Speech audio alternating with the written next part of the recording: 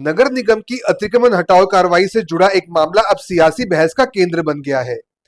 कार्रवाई के दौरान बाधा डालने और जेसीबी चालक को धमकाने के आरोप में आम आदमी पार्टी के पूर्व पदाधिकारी एवं समाज सेवी देवेंद्र गौतम के खिलाफ थाना सेक्टर 27 सोनीपत में केस दर्ज होने के बाद राजनीतिक हलकों में तीखी प्रतिक्रियाएं सामने आ रही है।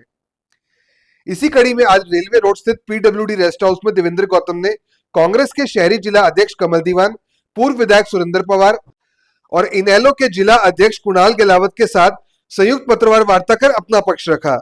देवेंद्र गौतम ने आरोपों को पूरी तरह राजनीति से प्रेरित बताते हुए कहा कि 12 दिसंबर को दिल्ली रोड पर नगर निगम द्वारा अतिक्रमण हटाने की कार्रवाई चल रही थी। उन्हें जानकारी मिली कि जिस जेसीबी मशीन का इस्तेमाल किया जा रहा है उस पर न नंबर प्लेट थी और ना ही जरूरी कागजात मौजूद थे।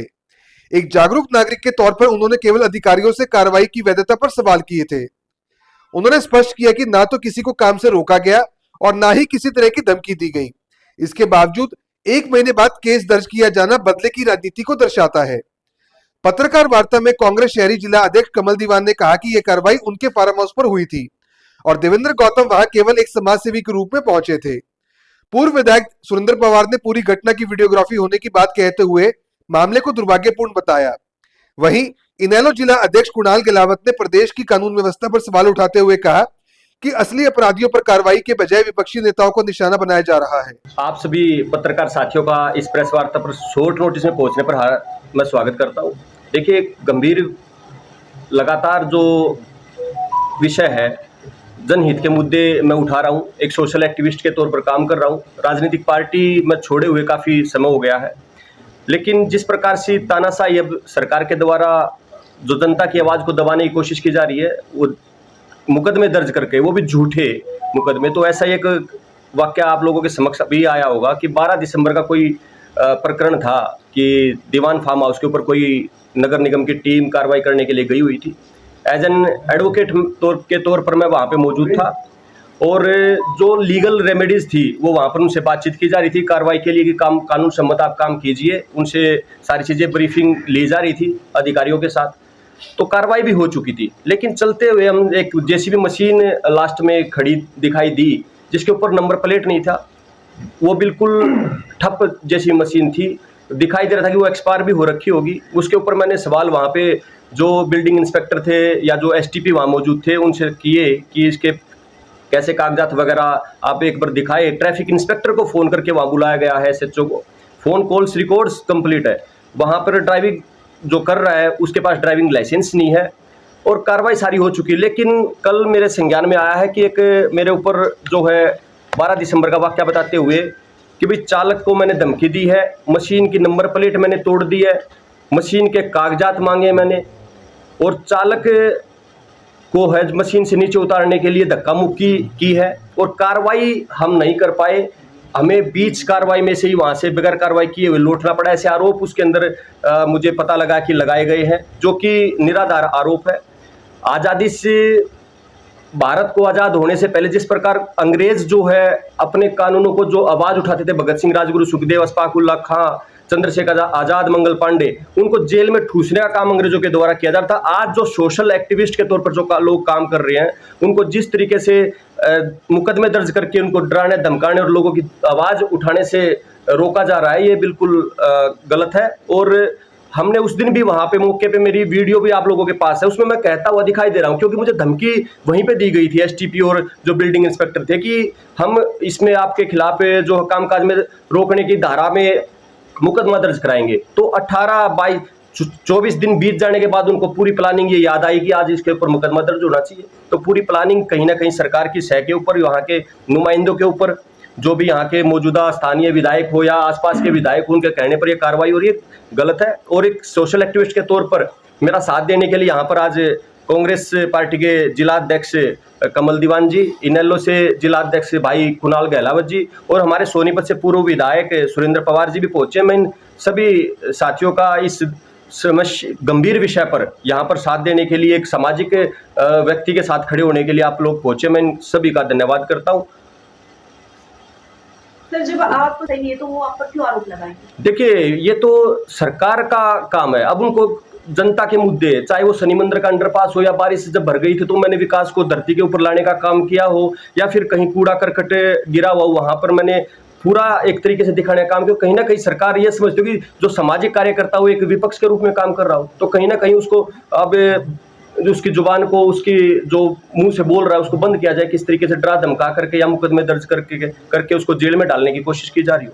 तो जिस प्रकार से आज आप यहाँ पे कांग्रेस के बड़े नेताओं के साथ हैं, नेहरू पार्टी के जिलाध्यक्ष भी यहाँ पर मौजूद है, अभी आप किसी पार्टी का हिस्सा भी नहीं है, क्या आने वाले समय में आप कांग्रेस पार्टी के साथ जा सकते हैं, ऐसा मान सकते हैं? देखिए, राजनीतिक पार्टी के अंदर जाना ना जाना अभी किसी को नहीं पता, मुझे खुद भी नहीं पता कि मेरा भविष्य क्या है, क्योंकि मुझे पता भी नहीं था। ये रात तक 7 बजे तक की मेरे ऊपर मुकदमा भी दर्ज हुआ है, तो ये तो पता ही नहीं होता। लेकिन जनता की मुद्दों की आवाज में उठा रहा था, और इसीलिए जो कांग्रेस के और इनेलो के जिला अध्यक्ष और पूर्व विधायक जी यहाँ पे पहुंचे हैं, और मैं चाहूंगा कि एक बार सभी बोल लेंगे तो वो इसमें पार्टी की तो बात ही अलग है, राजनीति की कोई बात ही नहीं है। सामाजिक मुद्दों के ऊपर ये चीजें हुई और जो गंभीर है, एक सामाजिकता की जो आवाज उठाएंगे चाहे कोई भी हो, तो उसको इस तरीके से दबाना सरकार के लिए गलत है, निंदनीय है।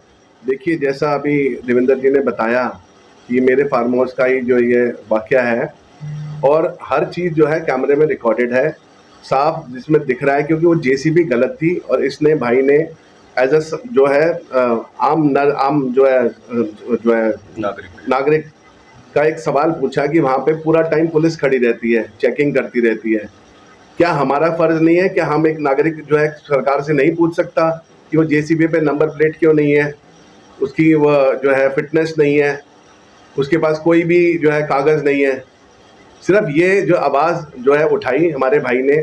और दूसरा दीवार का वाकया तो आपको सबको पता ही है कि मेरे पास कोर्ट का स्टे था, उस पर यथास्थिति कोर्ट ने बोला था बनाए रखनी, उसके बावजूद जो है ये काम किया गया। पूरी तानाशाही से ये सरकार जो है काम कर रही है, किसी से डर नहीं रही है। आप ऊपर से सेंटर से लेके स्टेट तक देख लीजिए, कहीं ईडी से दबा रहे हैं, कहीं सीबीआई से दबा रहे हैं, कहीं निगम से दबा रहे हैं, कहीं किसी जो भी जो है तंत्र मंत्र लगा के, इनका सिर्फ एक ही काम है सरकार का कि आपको दबाना है, आपकी आवाज़ बंद करनी है, लोगों तक जो है आपने सच्चाई नहीं पहुंचने देनी। आज एक जो है सामाजिक कार्य कर रहे हैं हमारा भाई, क्या सिर्फ जनता की तो आवाज़ उठा रहा है, कोई इसका अपना पर्सनल कोई इंटरेस्ट नहीं है इसके अंदर, कोई व्यक्तिगत इसका कोई इंटरेस्ट नहीं है, सिर्फ जनता की आवाज़ उठा रहा है। लेकिन सिर्फ ये देखते हुए डर, पता नहीं किस चीज़ का डर है, एक आम जो नागरिक है शहर का, उससे डर रहे हैं क्योंकि वो जनता की आवाज़ उठा रहा है। लेकिन घबराने की ज़रूरत नहीं है, चुनाव बहुत सिर पे हमारा जो है निगम का, आपको नज़र आएगा कि जनता जो है इसका जो है मुंह तोड़ जवाब देगी, क्योंकि लोकतंत्र में जो है जनता से ऊपर कुछ नहीं है, जो जनमत की जो ताकत है उससे ऊपर कुछ नहीं है।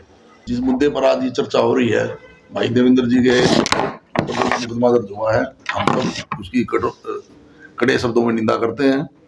यह वाकया जो दिखाया गया है, उस दिन मैं भी वहाँ पर मौजूद था और भी बहुत सारे वकील साथी आए हुए थे, और देवेंद्र जी भी एडवोकेट वहाँ पहुंचे हुए थे।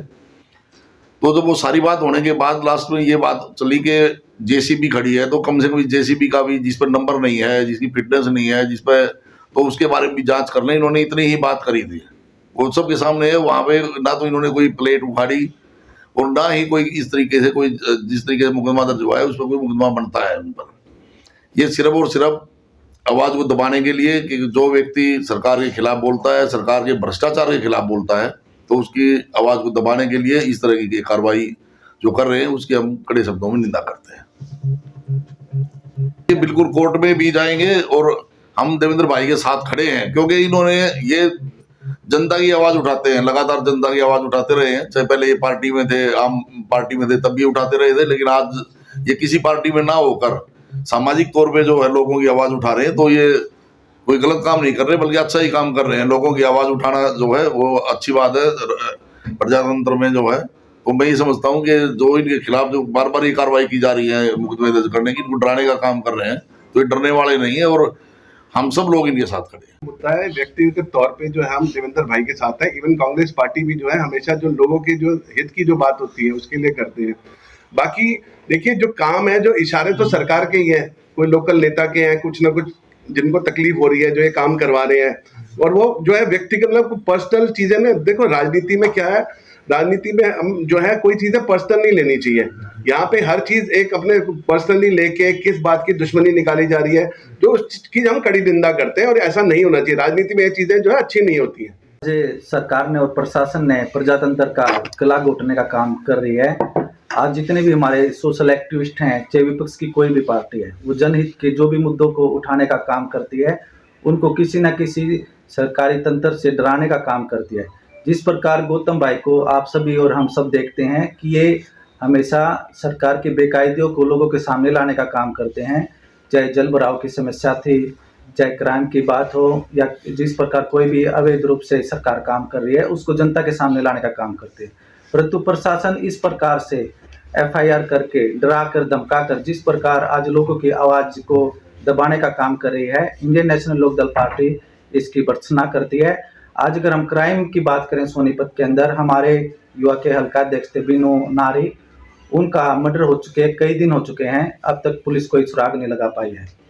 इसी प्रकार पानीपत में हमारे जिलाध्यक्ष थे, उनके भाई हैं कुलदीप राठी जी, उनकी अब तक डेड बॉडी नहीं मिली है। इस प्रकार क्राइम, हमारे जो किसी भी पार्टी के नेता हैं उनकी जान भी खतरे में है। ये सरकार केवल दोनों हाथों से प्रदेश को लूटने का काम कर रही है।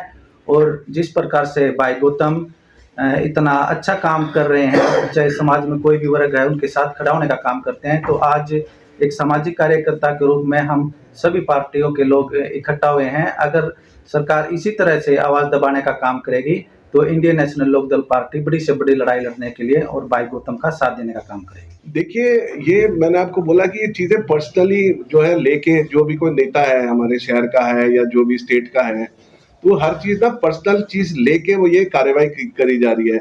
मुझे समझ नहीं आता कि एक आदमी जो जनता की आवाज़ उठाता है उससे इनको क्या तकलीफ है। क्या जब भाजपा विपक्ष में थी तभी आवाज़ नहीं उठाती थी? कभी कांग्रेस पार्टी, हम जब सत्ता में थे, हमने कभी ऐसे मुकदमे दर्ज करे? ये क्यों इनकी मानसिकता जता रही है, क्यों घबरा रहे हैं? अभी देखिए, शहर में सबके होर्डिंग्स लगे हुए हैं, सिर्फ एक कमल दीवान ऐसा है जिसके सारे होर्डिंग उतार के ले गए। गिनती के 21 उतार के ले गए। ये क्यों घबरा रहे हैं हमसे? हम इनको क्या कर रहे हैं? हम कोई गलत काम कर रहे हैं, हम कोई चीटिंग कर रहे हैं, लेकिन इनका घबराहट जो है हमारे को समझ से बाहर है। इसलिए कि मैं, गौतम जी, पवार साहब सब, और ये हमारे जो इन लोग के हमारे कुणाल जी, जनता की आवाज़ तो हमारा लोकतंत्र है, हमें जनता की आवाज़ हम लोग नहीं उठाएंगे, विपक्ष नहीं उठाएगा तो कौन उठाएगा? वो आवाज़ भी ये दबाना चाहते हैं। आगे क्या स्टैंड रहने वाला है सभी का, मतलब एक साथ खड़े हुए हैं आज, उसी तरीके से आगे भी कोई स्टैंड रहने वाला है? देखिए, जहाँ तक जनता की बात है, जहाँ पे लोगों के जो जनता के मुद्दे हैं, तो हम सारे लोग जो है कंधे से कंधा मिला के, वहाँ पे कोई पार्टी नहीं, हम अपनी सीनियर पार्टी जो लीडरशिप है उनसे जो है उनके जो संज्ञान में लाएंगे, और वो जैसे वो आदेश करेंगे हम वैसे जो जनहित के लिए जो मुद्दे हैं, जो काम करने हैं, हम करते रहेंगे। देखिए, अभी तो इसका एफआईआर मेरे हाथ में भी आई है, ऑनलाइन अपलोड नहीं की गई है। पता नहीं ऐसा कौन सी संगीन धाराओं के अंदर ऐसा कौन सा जुर्म था कि उसको हाइड करके रखा हुआ है। पहली बात तो यही सवाल है। दूसरा, पुलिस से भी मेरा सवाल है और निगम के अधिकारियों से कि भाई एक अकेला व्यक्ति, और वहाँ पर कम से कम नहीं तो 100-150 की संख्या में पुलिस वाले भी मौजूद थे, और 100 की संख्या के अंदर निगम के अधिकारी भी वहाँ मौजूद थे, पूरा वहाँ पे खड़े हो रखे थे। तो उनके बीच में से सिर्फ एक व्यक्ति जिसका वजन 62.5 किलो है, और वो बंदा अकेला उस कार्रवाई को रुकवा रहा है, और जेसीबी लेकर के वहाँ से मतलब वो प्लेट भी तोड़ दी, मतलब ड्राइवर को भी धमका दिया। तो ये कहाँ पॉसिबल है? मतलब सरकार ठीक आप लोगों को आदेश देती है, अधिकारियों से मेरा सवाल है, सरकार तो आनी और जानी चीज है, लेकिन अधिकारी तो कानून सम्मत काम कर ले।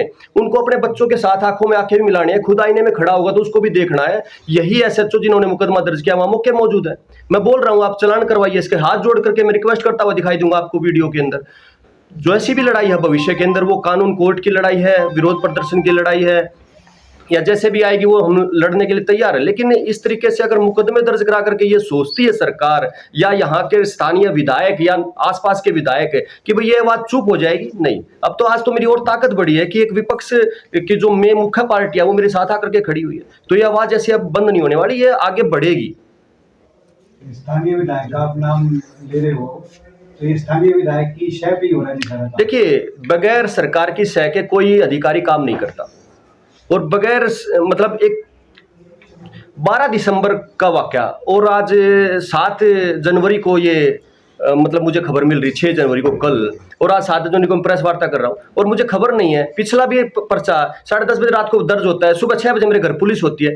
मतलब जिन धाराओं के अंदर पहले उसकी इन्वेस्टिगेशन होनी चाहिए और सीधा मुझे घर से उठा लिया जाता है। ऐसा कौन सा आतंकवादी टेररिस्ट थोड़ी हूँ मैं। मेरा सवाल ये है कि आपके साथ पहले भी 1-2 जो पर्चे हुए हैं, उस समय जिले के एक दूसरे विधायक का नाम था, अब ये स्थानीय का मतलब 2 विधायक आपके खिलाफ होंगे। अच्छा प्रेम है मेरा मतलब उनको मेरे से बहुत प्रेम है, उस प्रेम को वो निभा रहे हैं और हम भी चल रहे हैं फिर उनके डगर पे, कोई बात नहीं, जैसे भी उनको अच्छा लगता है। मैं धन्यवाद करता हूं उनका भी और सरकार का भी कि जिस तरीके से इससे भारतीय जनता पार्टी भी तो बदनाम हो रही है ना। जनता देख रही है, जनता समझ रही है, बोल नहीं रही है, लेकिन उनके पास एक वोट का अधिकार हो, कभी ना कभी सत्ता पलटती है ना, कितना टाइम लगता है, लेकिन जनता जरूर जवाब देगी। और सोशल एक्टिविस्ट के तौर पर जो मेरा काम है मैं करता रहूंगा जनता के लिए, उसके लिए चाहे मुझे फांसी चढ़ाए सरकार या मुझे जेल में डाले, वो उनकी मर्जी है।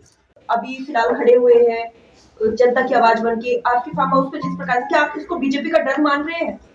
देखिए, मैंने हर चैनल पे पहले भी 2 दिन पहले भी प्रेस कॉन्फ्रेंस करी, ये जितना मर्जी मुझे दबा ले, डरा ले, ना मैं रुकूंगा, ना मैं झुकूंगा, ना मैं जो है डरूंगा इन सरकार से। जो मर्जी, मैं कोई गलत काम नहीं करता, मैं सब 1 नंबर का काम करता हूँ। मेरी अपनी रेंटल इनकम है, अपना मेरा बिजनेस है, सेटल्ड हूँ और कोई पूरा टैक्स देता हूँ, प्रॉपर्टी टैक्स देता हूँ, इनकम टैक्स देता हूँ। जो जितने मर्जी तंत्रबंद मुझे लगा ले, ना मैं डरने वाला, ना मैं रुकने वाला, ना मैं झुकने वाला। क्या देवेंद्र जी, जैसे आपने अभी विधायक साहब का, स्थानीय विधायक का नाम लिया है, क्या बीजेपी के कोई और बड़े नेता भी इसमें शामिल हो सकते हैं? लगता है आपको शक है किसी पर? देखिए, मैं तो माननीय मुख्यमंत्री जी से कहना चाहूंगा कि इससे सरकार बदनाम हो रही है। आपके विधायक हैं, आपके टिकट पे सिंबल पे जीते हुए हैं, कोई ऐसे विधायक भी जो सिंबल नहीं ले रखा लेकिन फिर भी राज कर रहे हैं, और इससे सरकार भारतीय जनता पार्टी बदनाम हो रही है। जनहित के मुद्दों की आवाज है। नेता ऐसे भी, मुझे भारतीय जनता पार्टी के किसी कार्यकर्ता ने फोन करके आज मुझे बताया कि देवेंद्र भाई ये तो शुरुआत हुई है, अभी हम लोग तो मीटिंगों में बैठते हैं, अभी पर्चे और दर्ज होंगे आपके ऊपर, और लगातार प्लानिंग जारी है। आप कहाँ कहाँ क्या क्या कर रहे हैं, सरकार के खिलाफ कितना बोलते हैं ये, या तो आप चुपचाप बैठ जाइए घर पे। तो ऐसे व्यक्ति हैं भारतीय जनता पार्टी के अंदर भी जो मुझे पसंद कर रहे हैं, उन्होंने बता रहे हैं कि अभी पर्चे और दर्ज होंगे। अगर यहाँ नहीं काम चला तो आपको उत्तर प्रदेश जहां जाएंगे सरकार। पार्टी अपने आप में शामिल करने की कोशिश कर रही है आपको? नहीं, लगातार बेचारे वो कोशिश तो कर ही रहे हैं, लेकिन ठीक है, मतलब अपना कोशिश करना उनका धर्म है और प्यार वो दिखाई रहे मेरे ऊपर पूरा, तो ठीक है, जैसा भी होगा भविष्य में देखेंगे। अगर आप स्टॉक मार्केट सीखना चाहते हैं लेकिन यह नहीं समझ पा रहे कि शुरुआत कहां से करें, तो ट्रेडिंग गुरुकुल इंस्टीट्यूट आपके लिए एक सही और भरोसेमंद जगह है। यहाँ रविंद्र भारद्वाज, जिनके पास 19 साल से ज्यादा का प्रोफेशनल ट्रेडिंग अनुभव है, छात्रों को सीधे रियल मार्केट के जरिए प्रैक्टिकल ट्रेडिंग सिखाते हैं। यहाँ हर टॉपिक रियल चार्ट्स और लाइव मार्केट के उदाहरणों से समझाया जाता है, ताकि आप सिर्फ सीखें ही नहीं बल्कि बिना डर के खुद ट्रेड करना भी सीख सकें। आप यहाँ सीख सकते हैं स्टॉक मार्केट बेसिक से एडवांस, फ्यूचर्स और ऑप्शंस, फॉरेक्स और क्रिप्टो ट्रेडिंग। आप अपनी क्लासेस ट्रेडिंग गुरुकुल ऐप पर भी अटेंड कर सकते हैं, जो एप्पल स्टोर और गूगल प्ले स्टोर पर उपलब्ध है। तो आज ही अपनी ट्रेडिंग जर्नी की शुरुआत करें ट्रेडिंग गुरुकुल इंस्टीट्यूट के साथ। अभी कॉल करें स्क्रीन पर दिए गए नंबर पर। ट्रेडिंग गुरुकुल इंस्टीट्यूट, गांधी चौक, सोनीपत। अपने शहर की हर ताजा खबर के लिए हमारे चैनल SNA न्यूज को सब्सक्राइब करें, लाइक करें, कमेंट करें व शेयर करें। बेल आइकन दबाना ना भूलें। हमारे अन्य सोशल मीडिया प्लेटफॉर्म्स पर भी हमें फॉलो करें।